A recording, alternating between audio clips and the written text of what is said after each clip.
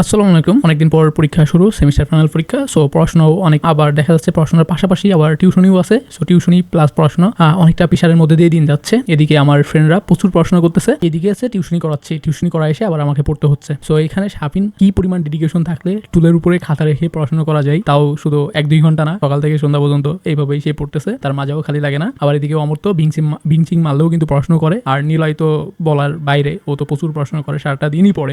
এখন ওই যে পড়তে পড়তে ওর মাথা কিন্তু হ্যাং, দেখেন যা শরীর ধরছে ও কিন্তু চেতে গেছে। তো এমনটাই পড়তে পড়তে কিন্তু মাথা হ্যাং। আবার এদিকে আছে টপার তো টপারই, ও ফোন স্কল করবে, আবার একটু পড়বে, এর মধ্যে দিয়ে আবার দেখা যাচ্ছে টপ করে ফেলবে। বিষয়টা হচ্ছে এমন। আর এইদিকে যদি এখন আমার রুমে যাই, তাহলে দেখা যাচ্ছে আমার ভাই কিন্তু হচ্ছে ঘুমাচ্ছে। তাকে ডাক দিছি, যদিও সে ঘুমায় নাই, বাট আমার ক্যামেরা, সে টের পাইছে যে আমার কাছে ক্যামেরা আছে। সো ক্যামেরা টের পাওয়ার কারণে সে আর ঘুম থেকে উঠি নাই। সো আবার যদি আমি একটু ওদের রুমে যাই, যে যদি ওদেরকে একটু ডিস্টার্ব করি, আমি কিন্তু ডিস্টার্ব করার জন্য ওদের সাথে বারবার ক্যামেরা নিয়ে যাচ্ছিলাম। সো কথা হচ্ছে যে এর হচ্ছে কি এলো 1 মিনিট পরে আর 10 মিনিট হলো গেম খেলে।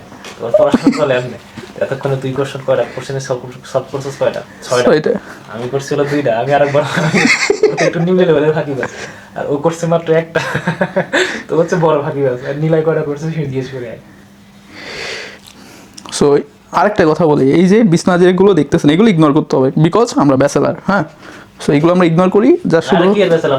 ও আচ্ছা আচ্ছা, হ্যাঁ এই দেখো এসি আছে কিন্তু, হ্যাঁ বাট এইগুলো একটু ইগনোর করি। এই যে এসি আছে, তারপরে এই যে সেট আপটা জাস্ট, এটা তো আগুন, এই যে টিভি আছে, তারপরে এই একটা মনিটর, ওইটা অফ করে রাখতেছি, এইখানে একটা আছে, আর ভিতরে তো আরও আছে না, এটা তো অমূর্তর, বাট সেট আপের অভাব নাই। হ্যাঁ, কিন্তু এইগুলো ইগনোর করি আপাতত।